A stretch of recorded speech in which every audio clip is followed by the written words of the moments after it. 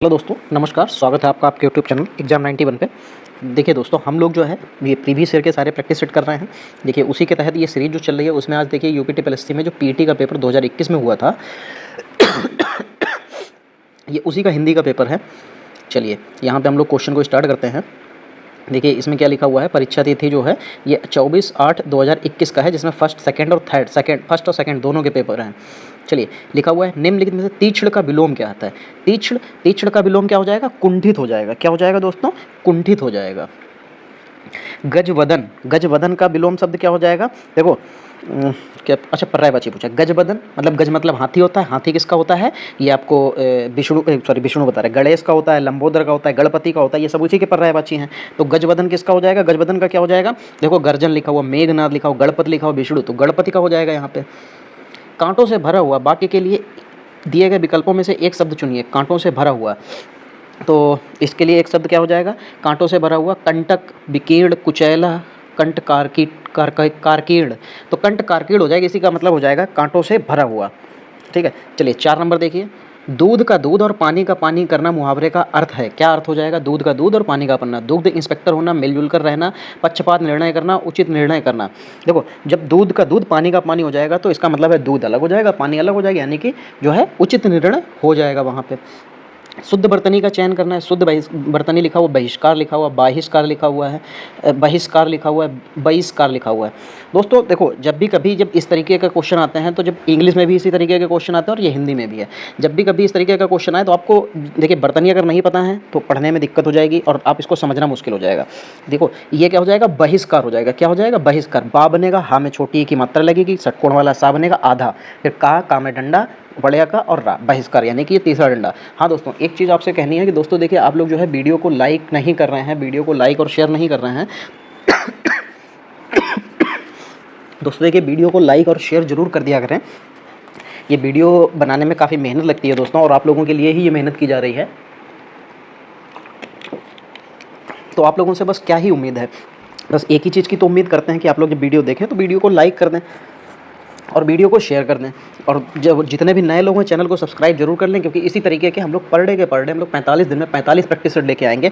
बीच में भी आपको वन लाइनर के क्वेश्चन जो भी लेके आएंगे, जो अपने यूपी में जितने भी एग्जाम हुए वहाँ के सारे वन लाइनर एग्जाम लेके आने हैं। दूसरा आपके सामने अभी कुछ करंट के वीडियो आएंगे, प्लस साथ ही साथ में आपके उत्तर प्रदेश की जो करंट है उसका वीडियो अलग से आएगा। करंट यूपी के जो क्वेश्चन हैं वो अलग लेके आएंगे, इसलिए जिससे आपको जो भी क्वेश्चन हैं, जो भी पैटर्न है वो सब मिलता रहे। चलिए आगे बढ़ते हैं। फिर देखिए, फिर यहाँ पे पैराग्राफ है 1 से लेकर 6 तक जो है निम्नलिखित गद्यांश को ध्यानपूर्वक पढ़ना है तथा उसके आधारित क्वेश्चन का आंसर देना है। स्वतंत्रता संग्राम मनुष्य में उत्तम और स्पृहणीय विशेषताएं पैदा करता है और भारतीय स्वतंत्रता संग्राम भी इसका अपवाद नहीं है। महात्मा गांधी के नेतृत्व में यह युद्ध बिना किसी ईर्ष्या, द्वेष तथा खून खराबे के लड़ा गया था।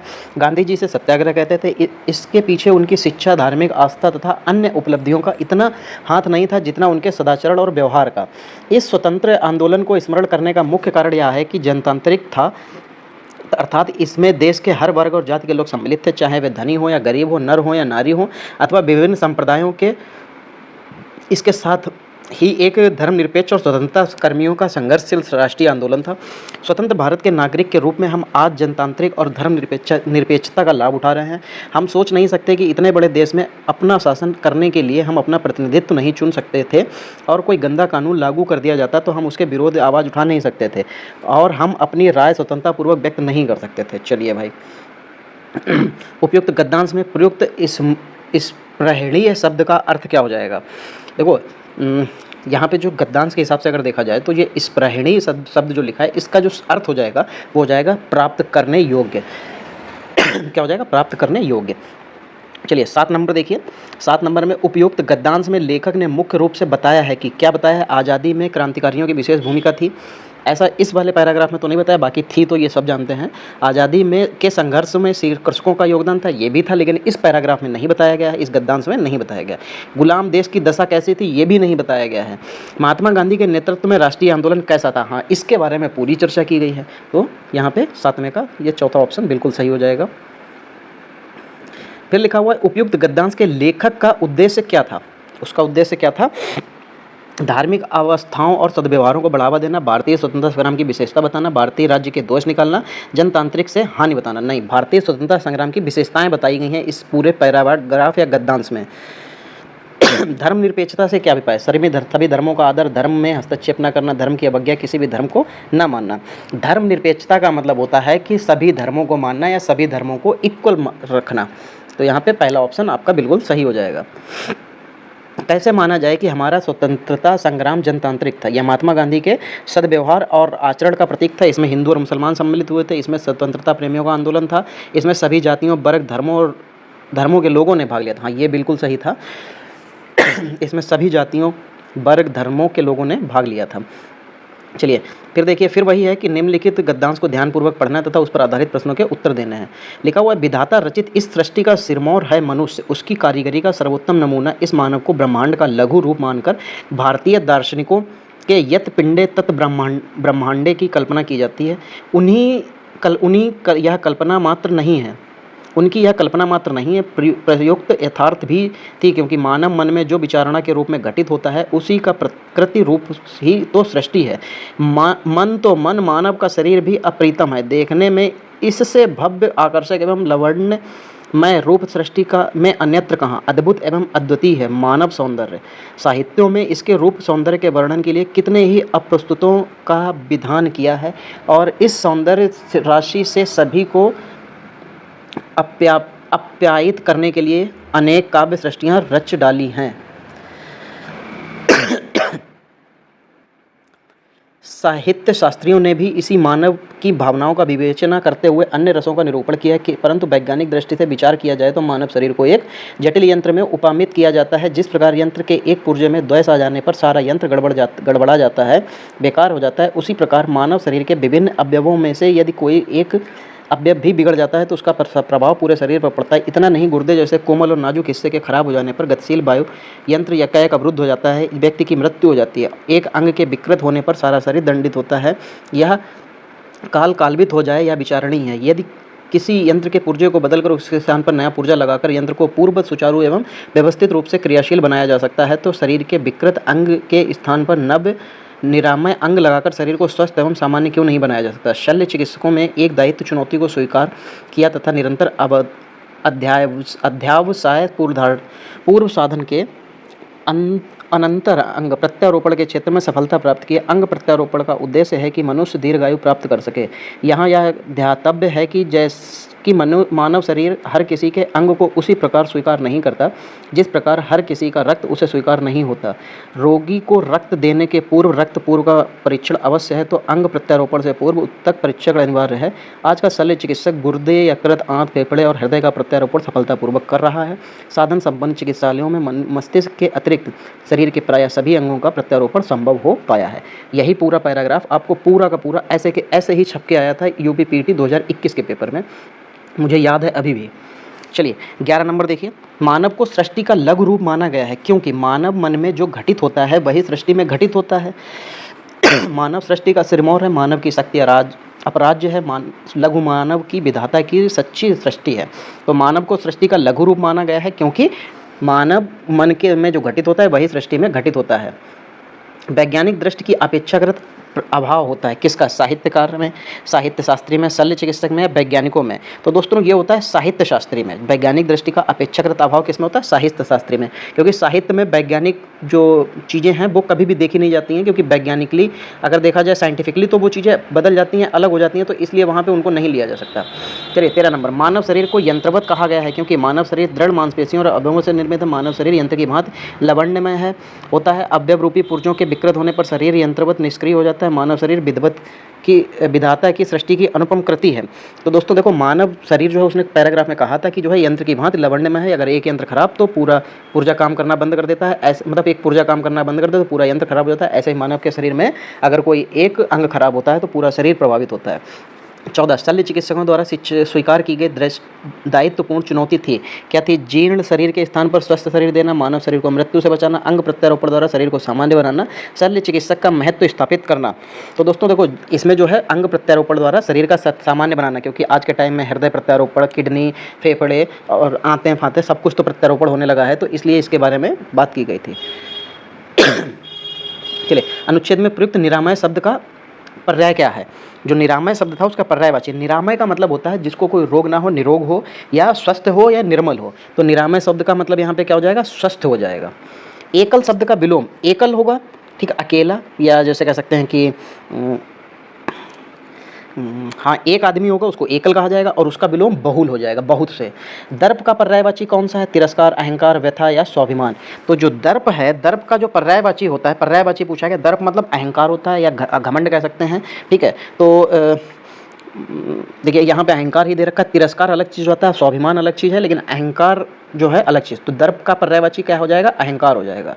फिर देखिए 18 नंबर, मन को हारने वाला। वाक्य के लिए नीचे दिए गए विकल्प में से एक शब्द चुनना है।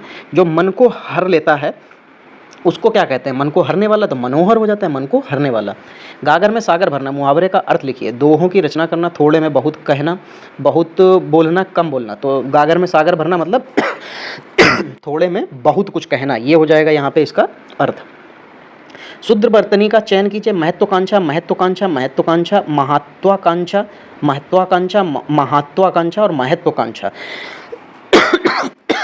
तो देखो ये जो जितने भी शब्द लिखे हैं इसमें महत्वाकांक्षा पूछा है उसने, महत्वा फिर कांक्षा। तो महत्वाकांक्षा ये तीसरे ऑप्शन में बिल्कुल सही लिखा हुआ है।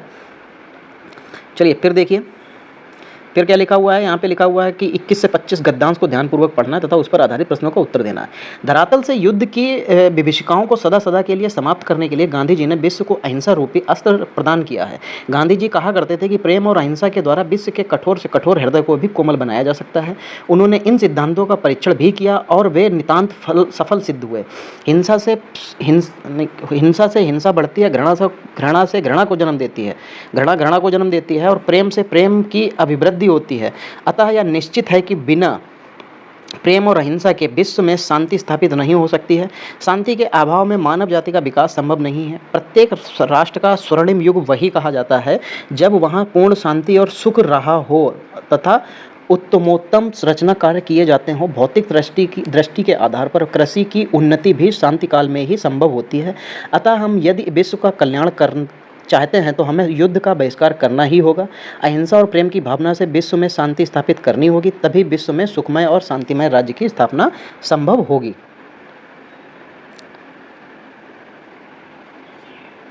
यार ये हमें लगता है कुछ तो गलत हुआ है।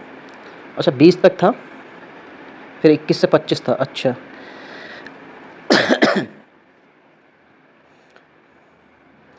चलिए, विश्व में शांति क्यों आवश्यक है? देखिए भाई, विश्व में शांति क्यों आवश्यक है? देखो जो विश्व में शांति आवश्यक इसलिए है क्योंकि मानव जाति का विकास तभी हो सकता है जब विश्व में शांति होगी। तो पहला ऑप्शन सही हो जाएगा। ठीक, चलिए 22 नंबर देखिए। विश्व शांति की स्थापना के लिए सबसे आवश्यक है, क्या आवश्यक है? हिंसा और भय, अहिंसा और प्रेम, आत्मीयता और समीपता, परिश्रम और ज्ञान। तो विश्व शांति की स्थापना के लिए सबसे आवश्यक जो है वो अहिंसा और प्रेम है। कठोर से कठोर हृदय को भी कोमल बनाया जा सकता है, किसके? उससे, सत्य पालन द्वारा, मौन पालन द्वारा, अहिंसा द्वारा या भय द्वारा। तो देखो किसी को भी अगर आपको कोमल बनाना है तो आप उसको अहिंसा से बना सकते हैं। आप उसको डर दिखा के, मार कर या इस तरीके से तो आप उसको कभी भी कोमल नहीं बना सकते। तो अहिंसा से ही आप जो है हृदय को कोमल बनाया जा सकता है। किसी भी राष्ट्र के स्वर्णिम युग के प्रमुख तत्व कौन कौन से हैं? किसी भी राष्ट्र के स्वर्णिम युग के प्रमुख तत्व कौन कौन से हैं? एक सेकेंड,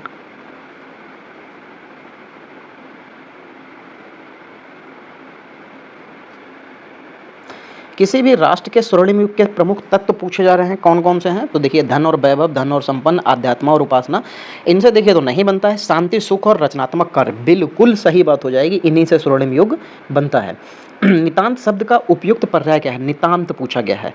तो देखो जो नितांत होता है इसका मतलब होता है पूर्ण, बिल्कुल। ठीक है, क्या हो जाएगा? बिल्कुल। इसका मतलब क्या हो जाएगा? बिल्कुल, केवल, निपट या इस तरीके के जो भी शब्द होते हैं बिल्कुल से रिलेटेड वो हो जाएगा। तो यानी नितांत शब्द का पर्याय क्या हो जाएगा? बिल्कुल। चलिए फिर 26 से 30 तक एक पैराग्राफ दे रखा है, इस पैराग्राफ को पढ़ना है और बताना है उसका। विज्ञान आज के मानव शरीर जीवन का अविभाज्य एवं घनिष्ठ अंग बन गया है। मानव जीवन का कोई भी क्षेत्र विज्ञान के अश्रुतपूर्वक आविष्कारों से अछूता नहीं रहा है। इसी से आधुनिक युग विज्ञान का युग कहलाता है। आज विज्ञान ने पुरुष और नारी, साहित्य और राजनीतिक, उद्योगपति और कृषक, पूंजीपति और श्रमिक, चिकित्सक और सैनिक, अभियंता और शिक्षक का, धर्मज्ञ और तत्वज्ञ सभी को और सभी क्षेत्रों में किसी न किसी रूप में अपने अप्रीतम प्रत्यय से अनुग्रहित किया है। आज समूचा परिवेश विज्ञान में हो गया है। विज्ञान के चरण गृहिणी के रसोई घर से लेकर बड़ी बड़ी प्राचीरों वाले भवनों और अट्टालिकाओं में ही दृष्टिगत नहीं होते हैं, प्रत्युत वे स्थल और जल की सीमाओं को लांघकर अंतरिक्ष में भी गतिशील हैं। वस्तुतः विज्ञान अद्यतन मानव की सबसे बड़ी शक्ति बन गया है। इसके बल से मनुष्य, प्रकृति और प्राणी जगत का शिरोमणि बन गया है। विज्ञान के अनुग्रह से वह सभी प्रकार की सुविधाओं और संपदाओं का स्वामित्व प्राप्त कर चुका है। अब वह ऋतुओं के प्रकोप से भयभ्रांत एवं त्रस्त नहीं है। विद्युत ने उसे आलोकित किया है, उष्णता और शीतलता दी है, बटन दबाकर किसी भी कार्य को संपन्न करने की ताकत भी दी है। मनोरंजन के विविध साधन उसे सुलभ हैं। यातायात संचार के साधनों के विकास के समय और स्थान की दूरियां बहुत कम हो गई हैं और समूचा विश्व एक परिवार सा लगने लगा है। कृषि और उद्योग के क्षेत्र में उत्पादन की तीव्र वृद्धि होने के कारण आज दुनिया पहले से अधिक धन धान्य से संपन्न है। शिक्षा और चिकित्सा के क्षेत्र में विज्ञान की देन अभिनंदनीय है। विज्ञान के सहयोग से मनुष्य धरती और समुद्र के अनेक रहस्य हस्तात्मक करके अब अंतरिक्ष लोक में प्रवेश कर चुके हैं। सर्वोपरि विज्ञान ने मनुष्य को बौद्धिक विकास प्रदान किया है और वैज्ञानिक चिंतन पद्धति दी है। वैज्ञानिक चिंतन पद्धति से मनुष्य अंधविश्वासों और रूढ़ि परंपराओं से मुक्त होकर स्वस्थ और संतुलित ढंग से सोच विचार कर सकता है और यथार्थ एवं सम्यक जीवन जी सकता है। इससे मनुष्य के मन को युगों के अंधविश्वासों, भ्रमपूर्ण और दकियानूसी विचारों, भय और अज्ञानता से मुक्ति मिली है। विज्ञान की यह देन स्तुत्य है। मानव को जो चाहिए कि वह विज्ञान के इस समग्र देन का रचनात्मक कार्यों में सुनियोजित करे।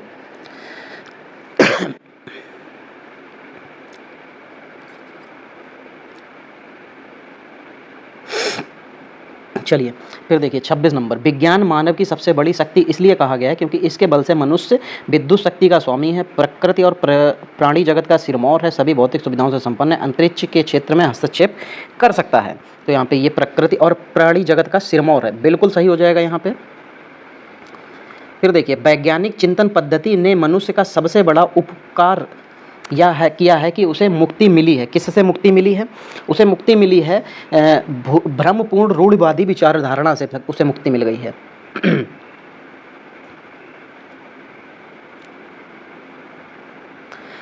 फिर देखिए विश्व के परिवारवत लगने का प्रमुख कारण क्या? यातायात एवं संचारों का साधन का विकास, विज्ञान की गतिशील शक्तियाँ, विज्ञान के जीवन की घनिष्ठता, विश्व बंधुता की भावना की विकास। तो देखो यातायात और जो टेलीकम्युनिकेशन जो आया है इसकी वजह से ये संसार छोटा और परिवार सा लगने लगा है। चलिए 29 नंबर देखिए। हस्तामलक शब्द से अभिप्राय है। हस्तामलक शब्द जो है उसका अभिप्राय क्या है? इसका अभिप्राय है स्पष्ट और अनायास बोधमय। चौथा ऑप्शन बिल्कुल सही हो जाएगा। वैज्ञानिक चिंतन पदबंध से क्या आशा है? परंपरागत चिंतन, भावनात्मक चिंतन, वैज्ञानिक द्वारा चेक किया गया चिंतन, स्वस्थ और संतुलित चिंतन। तो देखो जो वैज्ञानिक चिंतन होता है उसको स्वस्थ और संतुलित चिंतन कहते हैं। चलिए दोस्तों देखिए यहाँ पे जो पीटी में जो 30 क्वेश्चन पूछे गए थे उसके आपके पूरे कंप्लीट करा दिए गए हैं। इसी तरीके से आपको जो है जीएस में जो है लोअर जो मुख्य परीक्षा हुई थी जिसकी कल हिंदी का सेट पेपर मैंने दिया था जो प्रीवियस ईयर वाला, वो आपको आज जो है आपको ये लोअर पीसीएस का जो मेंस का पेपर हुआ था उसमें जो जीएस पूछी गई है उसका पेपर आपको आज मिल जाएगा जीएस का। उसको जरूर सॉल्व करके आप लोग ये जरूर देखा करिए कि आपने कितने सॉल्व कर पाए हैं और कितने नहीं, क्योंकि देखिए वीडियो मैं इसीलिए कराता हूँ जिससे आपको ये आइडिया लग सके। उसको देख के अपने आप को सॉल्व किया करिए कि हाँ मुझे इसका आंसर पता है, इसका ये आंसर होगा, इसका ये आंसर होगा। चलिए दोस्तों अगर आपको ये सेशन अच्छा लगा है तो वीडियो को लाइक कीजिए, वीडियो को शेयर कीजिए और जितने भी नए लोग हैं चैनल को सब्सक्राइब जरूर कर लीजिए, साथ ही बेल आइकन को ऑल पे क्लिक कर लीजिए जिससे सभी वीडियो की नोटिफिकेशन आप तक पहुँचती रहे। चलिए दोस्तों मिलते हैं अगली क्लास में, तब तक के लिए जय हिंद दोस्तों।